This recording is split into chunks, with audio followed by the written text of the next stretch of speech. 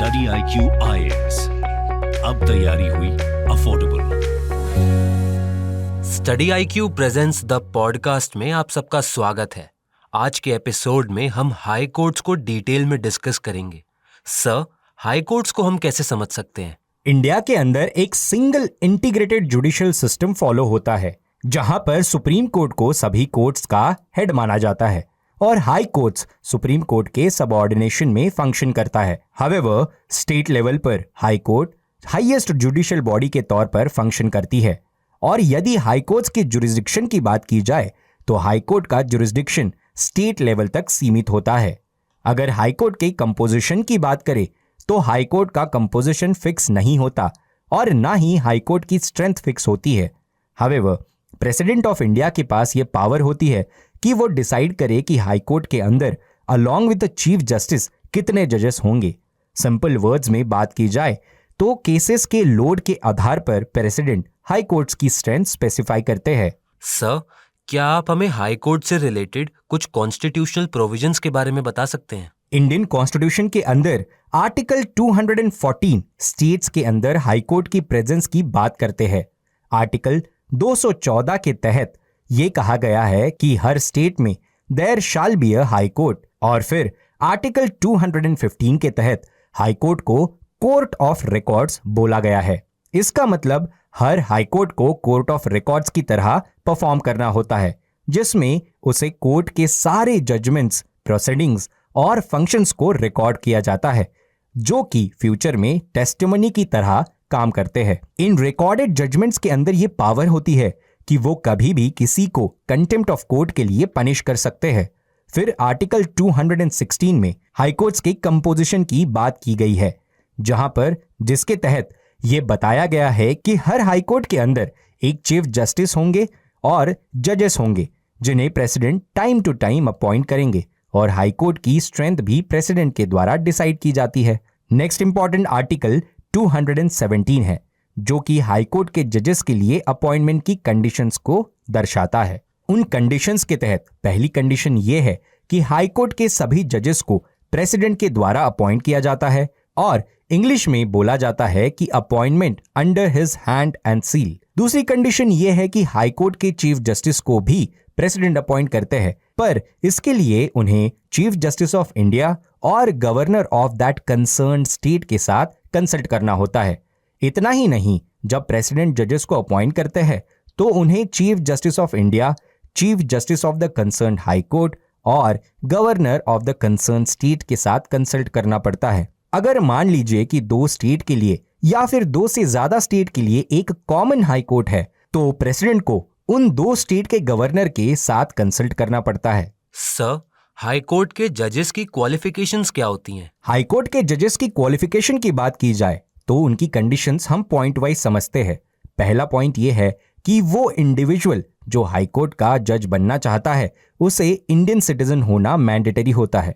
दूसरी कंडीशन ये है कि with in the territory of India उस इंडिविजुअल को एट लीस्ट 10 साल तक एक जुडिशियल ऑफिस होल्ड करने का एक्सपीरियंस होना चाहिए। और तीसरी कंडीशन ये होती है कि ऐसे किसी भी इंसान को एट लीस्ट 10 ईयर्स तक उस इंडिविजुअल को हाई कोर्ट का एडवोकेट रहना पड़ता है। मोरेवर, स्टूडेंट्स को यह ध्यान रखना चाहिए कि हाई कोर्ट का जज बनने के लिए हमारे कॉन्स्टिट्यूशन में कोई मिनिमम एज स्पेसिफाई नहीं की गई है।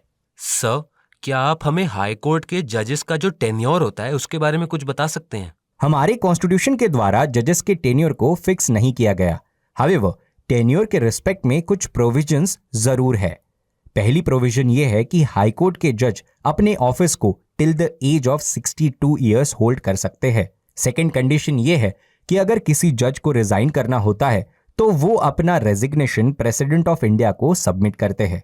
और तीसरा पॉइंट ये है कि प्रेसिडेंट के पास ये पावर होती है कि वो हाई कोर्ट के जज को रिमूव करे और रिमूवल का ये प्रोसीजर हमारे कॉन्स्टिट्यूशन के आर्टिकल 124 के क्लॉज नंबर 4 में मेंशन्ड होता है और ये सुप्रीम कोर्ट के जजेस के रिमूवल में भी ट्रीट होता है। हाउएवर, हाई कोर्ट के जजेस को रिमूव करने का रिकमेंडेशंस पार्लियामेंट के द्वारा दिया जाता है। फोर्थ पॉइंट यह है कि हाई कोर्ट के जजेस को अपना ऑफिस तब वैकेट करना पड़ता है जब उन्हें सुप्रीम कोर्ट के जजेस के तौर पर अपॉइंट किया जाता है या फिर किसी भी दूसरी हाई कोर्ट में उनका ट्रांसफर होता है। पांचवी कंडीशन ऐसी है कि अगर किसी भी जज की एज से रिलेटेड कोई क्वेश्चन रेज किया जाता है तो उस क्वेश्चन पर प्रेसिडेंट का डिसीजन फाइनल होता है। हावेवर, ऐसे decisions president chief justice of India को कंसल्ट करने के बाद ही लेते हैं। सर, अब हम हाई कोर्ट के जजेस के रिमूवल के बारे में जानना चाहते हैं और रिमूवल का प्रोसीजर क्या होता है। हाई कोर्ट के जजेस को मिसबिहेवियर या फिर इनकैपेसिटी के ग्राउंड पर ही रिमूव किया जा सकता है और रिमूवल का प्रोसीजर सुप्रीम कोर्ट के जजेस के रिमूवल की तरह सिमिलर होता है। प्रेसिडेंट के पास ये अथॉरिटी होती है कि वो हाई कोर्ट के जजेस को अपनी पोजीशन से रिमूव करे। हावेवर, वो ऐसा तभी कर पाते हैं जब पार्लियामेंट उन्हें ऐसा करने के लिए रेकमेंड करता है। इस तरह के रिमूवल के प्रपोजल्स को पार्लियामेंट के दोनों हाउसेस द्वारा स्पेशल मेजॉरिटी के साथ पास करना होता है। स्पेशल मेजॉरिटी का मतलब ये होता है कि majority of the total membership of the house, और ये majority 2/3 of the members present and voting से कम नहीं होनी चाहिए। रिमूवल के प्रोसीजर में पहला पॉइंट यह है कि रिमूवल के मोशन को लोकसभा के 100 मेंबर्स को साइन करना होता है और राज्यसभा में 50 मेंबर्स को साइन करना होता है, तभी जाके ये मोशन आगे बढ़ती है। जब उस प्रपोजल को हाउस के मेंबर्स साइन करते हैं तो उसके बाद लोकसभा के केस में उसे स्पीकर को सबमिट किया जाता है और राज्यसभा के केस में उसे चेयरमैन को सबमिट किया जाता है। फिर ये हाउस के प्रिसाइडिंग ऑफिसर के पास पावर होती है कि वो उस मोशन को या तो एडमिट करे या फिर रिफ्यूज कर दे। अगर वो मोशन हाउस के प्रिसाइडिंग ऑफिसर द्वारा एडमिट किया जाता है तो एक 3 मेंबर की कमिटी फॉर्म की जाती है जो उन चार्जेस को इन्वेस्टिगेट करती है और ये कमिटी हाउस के प्रिसाइडिंग ऑफिसर द्वारा फॉर्म की जाती है। चौथे स्टेज के अंदर कमिटी अगर उन चार्जेस को एक्सेप्ट करती है और फिर उसके बाद ये मोशन हाउस के फ्लोर पर रखा जाता है।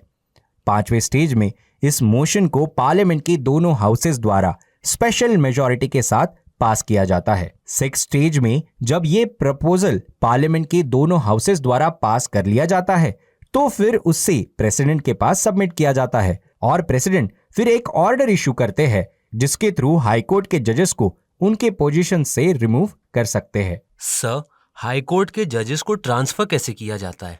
इंडियन कॉन्स्टिट्यूशन के आर्टिकल 222 हाई कोर्ट के जजेस के ट्रांसफर से डील करते हैं।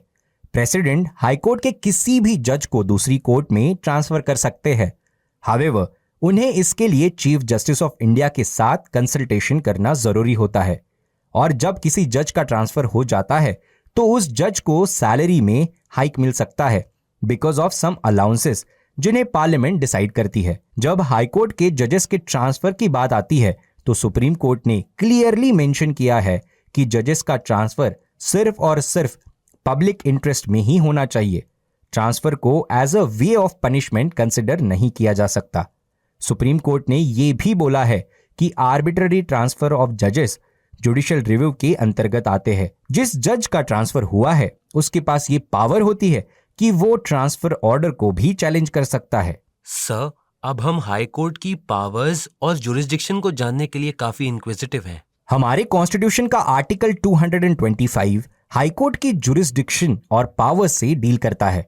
हाई कोर्ट को स्टेट के अंतर्गत हाईएस्ट कोर्ट ऑफ अपील माना गया है और हमारे कॉन्स्टिट्यूशन ने हाई कोर्ट को यह भी पावर दी है कि वो कॉन्स्टिट्यूशन को इंटरप्रेट कर सकती है और हाई कोर्ट के पास फॉलोइंग जुरिस्डिक्शंस होते हैं, जैसे कि number 1 original jurisdiction, number 2 writ jurisdiction, number 3 appellate jurisdiction, number 4 supervisory jurisdiction, number 5 control over subordinate courts, number 6 a court of a record, number 7 power of judicial review. Students को यह समझना चाहिए कि जब हाई कोर्ट किसी plea को first instance में deal करती है तो ऐसी केस ओरिजिनल जुरिस्डिक्शन के अंतर्गत आती है। ओरिजिनल जुरिस्डिक्शन के आधार पर हाई कोर्ट जिन मैटर्स को सुनती है वो ये है कि कंटेम्प्ट ऑफ कोर्ट हो, किसी एमएलए या फिर मेंबर ऑफ पार्लियामेंट के इलेक्शन हो, या फिर रेवेन्यू मैटर्स, या फिर एनफोर्समेंट और फंडामेंटल राइट्स जहां पर इन्फ्रिंज हो रहे हो या फिर वायलेट हो रहे हो। इन सारी केसेस में हाई कोर्ट के पास ओरिजिनल जुरिस्डिक्शन होता है। सर, क्या आप हाई कोर्ट की रिट जुरिस्डिक्शन के बारे में कुछ बता सकते हैं? जैसे कि हमने पहले भी डिस्कस किया है कि हाई कोर्ट फंडामेंटल राइट्स को एनफोर्स करने के लिए बहुत सारे मेजर्स ले सकता है। हाईकोर्ट के पास फंडामेंटल राइट्स के एनफोर्समेंट के लिए और ऑर्डिनरी लीगल राइट्स के एनफोर्समेंट के लिए कुछ रिट्स इशू करने की पावर होती है, जैसे कि habeas corpus, certiorari, mandamus, prohibition and quo warranto. इन सारी रिट्स को सिर्फ टेरिटोरियल जुरिस्डिक्शन के अंतर्गत ही नहीं बल्कि टेरिटोरियल जुरिस्डिक्शन के बाहर भी इशू किया जा सकता है, और ये रिट्स किसी भी पर्सन के अगेंस्ट, किसी भी अथॉरिटी के अगेंस्ट या फिर गवर्नमेंट के अगेंस्ट इशू की जा सकती है। सर, क्या हाईकोर्ट के पास सुपरिंटेंडेंस की पावर भी होती है? हाईकोर्ट का रिट जुरिस्डिक्शन ये कोई एक्सक्लूसिव टूल नहीं है, बल्कि वो कॉन्करेंट टूल है सुप्रीम कोर्ट के रिट जुरिस्डिक्शन के साथ अंडर आर्टिकल 32। और स्टूडेंट्स को ये बात समझनी चाहिए कि हाई कोर्ट्स का रिट जुरिस्डिक्शन सुप्रीम कोर्ट के रिट जुरिस्डिक्शन से ब्रॉडर होता है। ये ऐसा इसलिए है क्योंकि सुप्रीम कोर्ट सिर्फ और सिर्फ एनफोर्समेंट ऑफ फंडामेंटल राइट्स के लिए ही रिट इशू कर सकता है, लेकिन हाई कोर्ट्स फंडामेंटल राइट्स के साथ साथ लीगल राइट्स के लिए भी रिट इशू कर सकता है। सर, क्या आप हमें हाईकोर्ट की सुपरिंटेंडेंस की पावर के बारे में कुछ बता सकते हैं? हमारे कॉन्स्टिट्यूशन के आर्टिकल 227 हाईकोर्ट को सुपरिटेंडेंस की पावर देते हैं। बेसिकली इसे सुपरवाइजरी जुरिस्डिक्शन बोला जाता है। सुपरवाइजरी जुरिस्डिक्शन का मतलब ये होता है कि हाईकोर्ट के पास ये पावर होती है कि वो सभी लोअर कोर्ट्स को और ट्रिब्यूनल्स को जो उस स्टेट की टेरिटोरियल जुरिस्डिक्शन के अंतर्गत आते हैं उन्हें सुपरवाइज करता है। हाउएवर, हाईकोर्ट के पास मिलिट्री कोर्ट्स और ट्रिब्यूनल्स में जुरिस्डिक्शन की पावर नहीं होती। हाईकोर्ट के द्वारा दिया गया कोई भी डिसीजन सभी सबऑर्डिनेट कोर्ट्स के ऊपर बाइंडिंग माना जाता है। सर, क्या कभी हाईकोर्ट किसी केस को ट्रांसफर भी कर सकती है? हमें यह भी समझना चाहिए कि कॉन्स्टिट्यूशन का आर्टिकल 228 हाईकोर्ट को यह पावर देता है कि वो सबऑर्डिनेट कोर्ट में चल रहे किसी भी केस को अपने जुरिस्डिक्शन में ला सकता है।